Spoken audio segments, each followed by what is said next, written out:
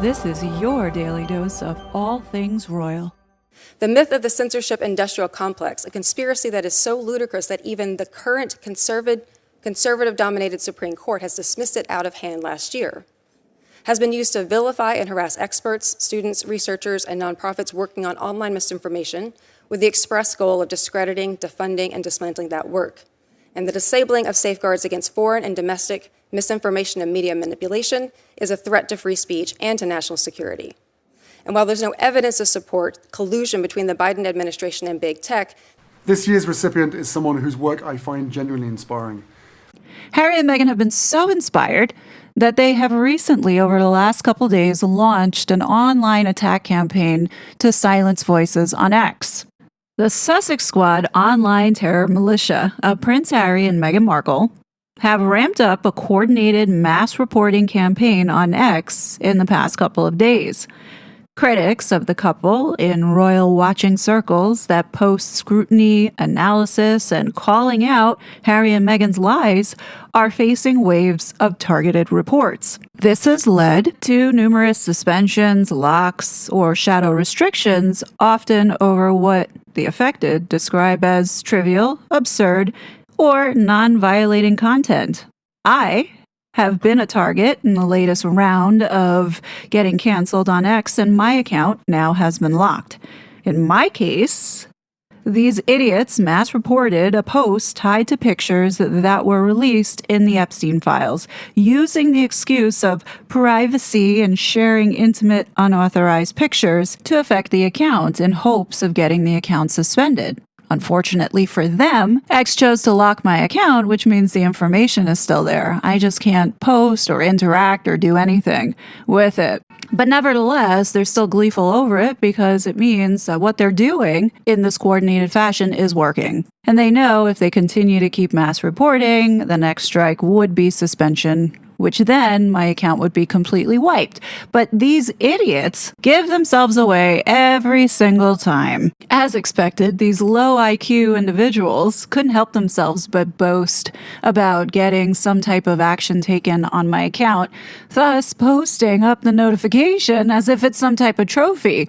But what it does, it exposes them and the people who are associated with the mass reporting and their network. So these are the 3 posts that I'm aware of who falsely reported my account. It's interesting to see one of them is coming out of Australia, which makes me wonder if somehow they are tied to the stalker that I've had since 2023 who has been posting malicious and defamatory things.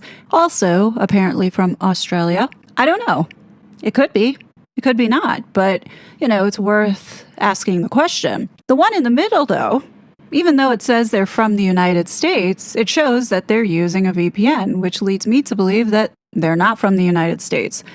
And then the third one just so happens to be a Brit who I believe is Prince Harry. And I'll get to that a little later on, but allow me to continue. You see, their stupidity gives us insight to how these clusters are set up and who they're connected to and who might be actually behind this. Now, based off of these accounts and who they're following and who's following them, the people that you see or the accounts that you see on your screen are the ones who are tied and responsible for this recent targeted censorship campaign. Now, I have some theories as to who Veritas, the royal editor, is, but Joanne Diva Runner, head squatty, supporter of Harry and Meghan, and allegedly working for them, has been at the helm and connected to all of these folks. And in one instance, praises one of the worst abusers in this current campaign, which is Livy Smith 99 from Ireland.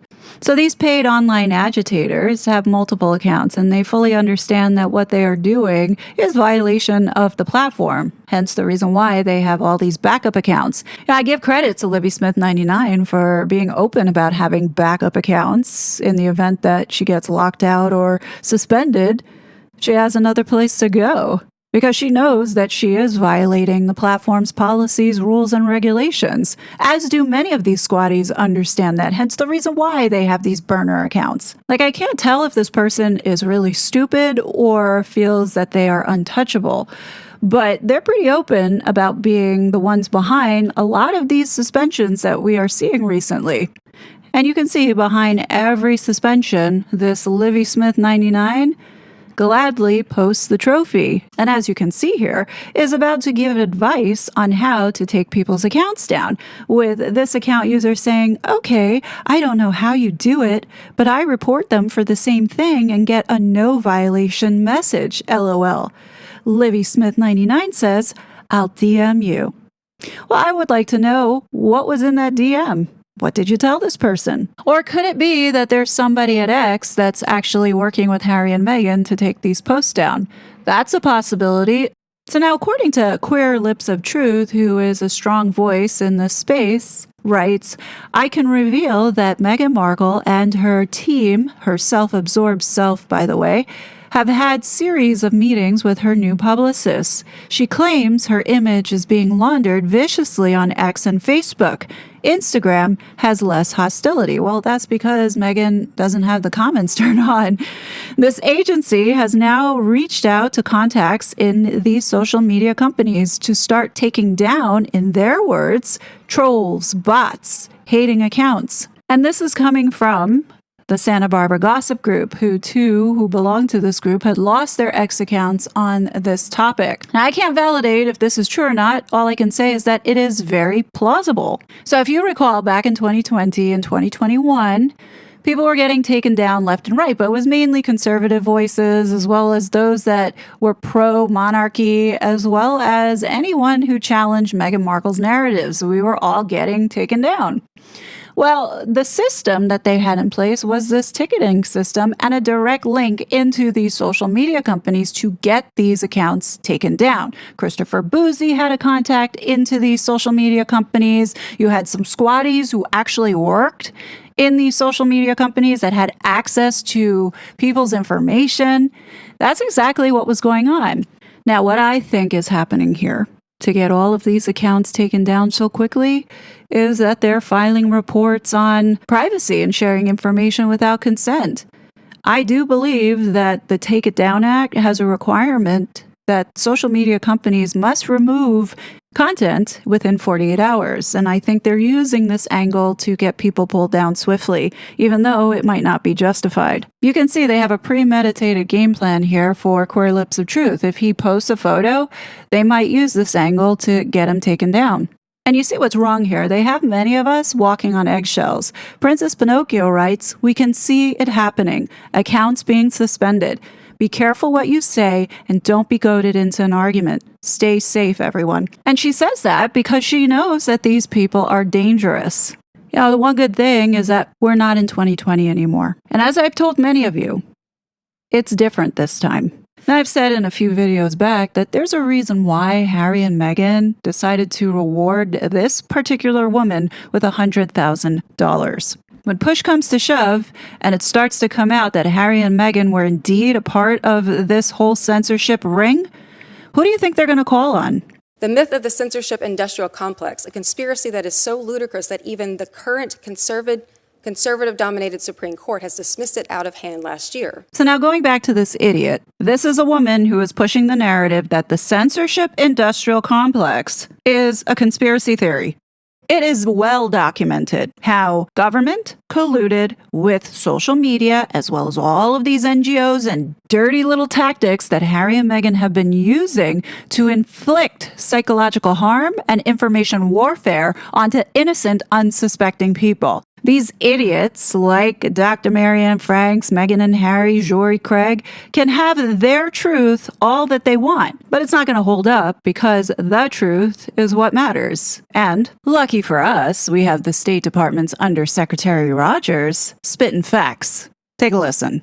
Undersecretary Rogers, as a First Amendment advocate and Supreme Court litigator, and now as the Undersecretary for Public Diplomacy, you've made freedom of speech a defining issue of your career. I deeply appreciate your focus on that issue. That is one of the things that distinguishes us as a country and as a people. Last year, I chaired a subcommittee hearing on the censorship industrial complex run out of the then Global Engagement Center, or GEC. One of the witnesses was the Biden administration's, I dubbed her the disinformation czarina, Nina Jankowicz. Ms. Jankowicz claimed that the GEC facilitating the censorship of Americans was just a, quote, right-wing conspiracy theory. Undersecretary Rogers, could you please clarify, clearly state for the record whether the Biden State Department was facilitating the censorship of Americans and how they were doing so? I think, a recent corpus of evidence that we can look at are the results of the House Judiciary GOP investigation, which focused on the transnational component of the Biden-era censorship regime, and that shows communications between social media companies and foreign regulators, where foreign regulators are trying to choke off the expression of certain viewpoints and the conduct of certain political debates by Americans on American soil, on American social media. And this is what I've been telling everybody for the past 5 years. We have a UK prince on US soil who has been undermining our Constitution. I hope people are finally starting to get it and realize what has been happening this whole entire time. They told a flat-out lie. Megxit was a lie. Harry and Meghan came over to the United States in time to help the Democrats and the Biden regime ensure that Donald Trump did not get back into office. But you're right, this was happening domestically too before the people elected President Trump to stop it. So under the Biden administration, and there's a large corpus of documents that came out in what's called the Murthy litigation. People can Google MURTHY, and there's a whole appendix of documents, and that also came out in the Twitter files via journalist Matt Taibbi. You essentially had, during COVID, and it became so conspicuous during COVID, you had this network of NGOs funded by the government that, having seen the inside of this apparatus, these NGOs, if you want them to, they really do act as agents of the government. And that's exactly the role that Archwell was playing here until it was exposed in the Twitter files. It doesn't take a genius to put two and two together on the reason why Harry and Meghan made a swift pivot to focusing on the kids and their online safety. You had NGOs like the Stanford Internet Observatory, Election Integrity Partnership, the Global Disinformation Index, reaching out to social media companies and working with this kind of cartel of Stasi organizations that call advertisers and tell people to de-amplify certain content. You had them suppressing what they called adverse narratives. So notice, not foreign propaganda and not misstatements of fact and not deepfakes, but adverse narratives. Narratives we don't like that promote the wrong political outcome. Narratives like, for example, the COVID virus leaks from a lab. Well, we now know that people at the CIA thought that was more likely than not. Narratives like the vaccine isn't completely sterilizing. We now know that that was true. And narratives like there were irregularities surrounding the 2020 election, which happened under truly irregular circumstances. Or being challenged by the many lies that Meghan Markle has told. One of the biggest is about those children and how they came to be.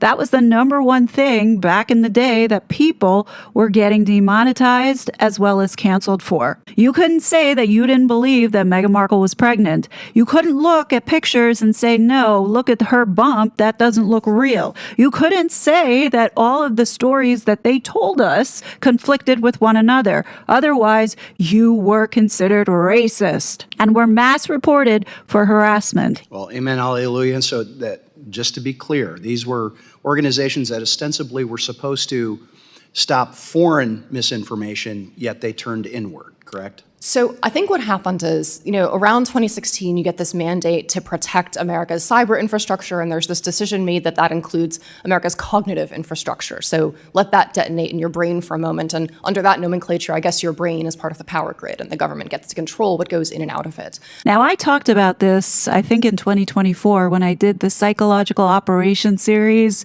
Here is what I had to say about the cognitive security that Sarah Rogers is referencing. So, of course, this always goes back to power and money, and the United States, or the deep state, doesn't want to lose its position as a global superpower because that's where they're making all their money. The unnecessary wars, as well as overthrowing governments. I mean, when we look at this woman that we're calling Meghan and her ties to the deep state, it now makes total sense why in 2016, this woman that we're calling Meghan puts up this post about the EU and Brexit. Meghan is tied to people in the CIA. Make no mistake about that. She may not be a CIA agent, but she is tied to it within the deep state. Even though, on the surface, for PR purposes, the UK and the US are supposed to be tight allies, don't think for a second that behind the scenes within the CIA, There aren't discussions talking about destabilizing the institution, the monarchy, because of what it's rooted on, which is Christianity. The purpose of Meghan being planted in there was to weaken the British monarchy's geopolitical position using race. This is the platform that Meghan has been using to damage not only this capitalist institution, but also capitalism in the UK. Meghan has been a very big supporter of socialist ideologies as well as pushing for totalitarian regime using the United Nations in this one world government power grab. The elitist parasites like Meghan and Harry believe in free market capitalism for themselves. But for everybody else, we are to be enslaved and at their disposal. So if they want to test a new drug, if they want to take our property, they're already taking and grooming the kids for their sick perversion. They feel that they have the right to do so because they've labeled themselves in this so-called ruling class. They don't want people to know and or criticize the hypocrisy as well as the behavior of some of the things that they've been doing, such as stealing our money and taking advantage of vulnerable people through charity. So now when we look at it from the UK side, Harry's objective is the same as Meghan's, which is to prevent the rise of populism, aka Donald Trump getting back into office. Harry is also in alignment with this totalitarian regime, and the work that he's doing inside the United States is to assist in transforming the US into a weak socialist state. This global transformation that they're trying to achieve cannot be completed unless they figure out a way to do away with the First Amendment and seizing back the control of information that's shared online, as well as what people are allowed to say and think. This is the mission that Harry keeps talking about. I think what's really important here to understand now is that this military-grade operations to censor Americans actually began in January of 2017. Obama wastes no time in kicking off a White House meeting instructing a former British intelligence analyst to create a counter-disinformation project to stop a repeat of 2016. As the censorship framework had been underway, Obama meets with Prince Harry in May, and then he meets with him again in December of 2017, at which Obama warns over divisive social media use in this interview that Harry did with him. I think what I will do is the social media landscape has changed dramatically since then. Issues of trolling, extremism, fake news, and cyberbullying are major social issues. Right. Is there more that you could have done as president to get ahead of some of these issues, do you think? The question, I think, really has to do with how do we harness this technology in a way that allows a multiplicity of voices, allows a diversity of views, but doesn't lead to a balkanization of our society, but rather continues to promote ways of finding common ground. Mm-hmm. And I'm not sure government can legislate that. No, they can't, and he knows that, because that would be a violation of the First Amendment. And he gives the answer on how to get it done. But what I do believe is that all of us in leadership have to find ways in which we can recreate a common space on the internet. And who else better to do that than the Archewell Fugazi Public Charity, as their motto is building a better online world. The Duke and Duchess of Sussex have spent years working to explore and address how the online world has radically changed our way of life and the impact it has on trust, families, mental health, and the rise of hate. And they were off to the races, and by 2019, U.S. and U.K. military contractors created this sweeping plan for global censorship. U.S. military contractor Pablo Brewer, U.K. defense researcher Sarah Jane, or S.J. Terp, and Chris Krebs, former director of the Department of Homeland Security's Cyber Security and Infrastructure Security Agency, or CISA, were part of an anti-disinformation group called the Cyber Threat Intelligence League, or CTIL.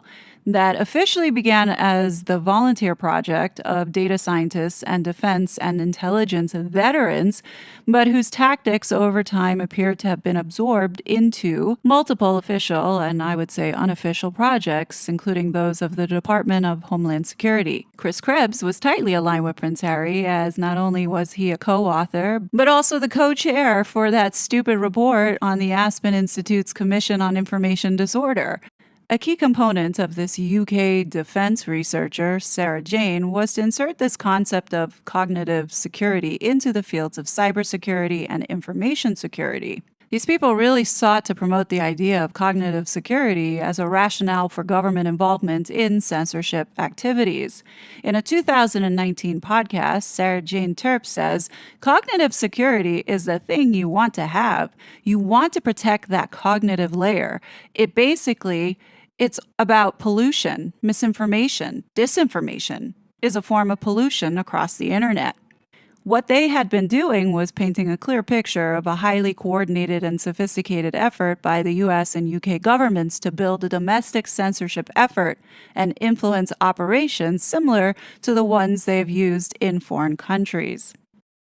The CTEL framework and the public-private model are the seeds of what both the US and UK would put into place in 2020 and 2021, including masking censorship within cybersecurity institutions and counter disinformation agendas. There was a heavy focus on stopping disfavored narratives, not just wrong facts, and pressuring social media platforms to take down information or take other actions to prevent content from going viral. The organization also did research on individuals posting certain hashtags and kept a spreadsheet with details from their Twitter bios. The group also discussed requesting takedowns and reporting website domains to registrars. And that's exactly what was going on with anyone who talked about Meghan Markle or criticized her. They were then added to this hate tracker by Bot Sentinel and monitored for their speech. I specifically remember this period of time where people were getting deplatformed left and right for merely just saying that they didn't believe Meghan Markle gave birth to those children. And this wasn't just happening on Twitter. This was also happening to people on Facebook, as well as getting deplatformed on YouTube. And don't worry, I'm going to get to Yankee Wally. We will talk about her later on in this multi-part series. But the point that I'm trying to make here is the tactics that were being used by CTEL are the same exact tactics that Meghan and Harry were using to silence and suppress any critics. Without a doubt, Harry and Meghan are using mental health as the cover for really what they're doing, which is this cognitive security. So now the big question that we all have is who's behind this recent attack? Some are speculating that it's Sunshine Sachs who's behind this coordinated campaign. I think it's a strong possibility, but what people need to understand is that these attack campaigns never stopped. Some of the accounts that you see in this recent attack campaigns have been linked and connected to past attack campaigns that are tied to Prince Harry. Some of these folks are tied to helping Harry with Invictus Games. Some of these folks are tied to Harry with Scotty's Little Soldiers. Yeah, some of these folks who we think went away are still lurking. And while some may think that they're untouchable because they're in the UK, Australia, Canada, think again. On March 3rd, there was a reason why I documented what I started to see going on. It was all too familiar, and I knew that I was a target. And it's all because of what I talk about on this channel. It's not a coincidence that literally 2 days prior, Harry and Meghan announced this woman, Dr. Marianne Franks, being the one receiving $100,000, and it was me who put that all on blast, blowing up their argument. I think I threw a lot of wrenches in their plans here in America when it comes to what they are doing with their charity, who they're going to source money from, where that money is coming from, in addition to participating in this censorship and undermining American civil liberties and showing everyone that this woman that we're calling Meghan Markle is a complete lie. And that includes all the supporting characters around her and her backstory. Of course they would want to silence someone like me. So when this happened, I wasn't the least bit surprised. Actually, I'm glad it happened because they picked the wrong American to do this to.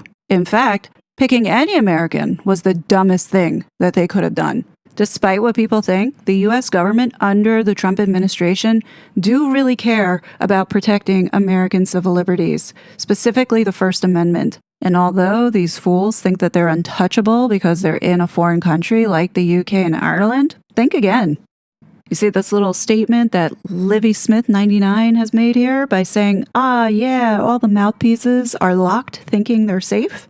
Well, this American sees that as a threat. What do you plan on doing to jeopardize the safety of someone? You see, if we were dealing with normal people, I could take a joke. But given that these are Harry Sugars who have in the past jeopardized the safety of one of my closest friends, I'm not taking any chances. You know, if you see something, you gotta say something.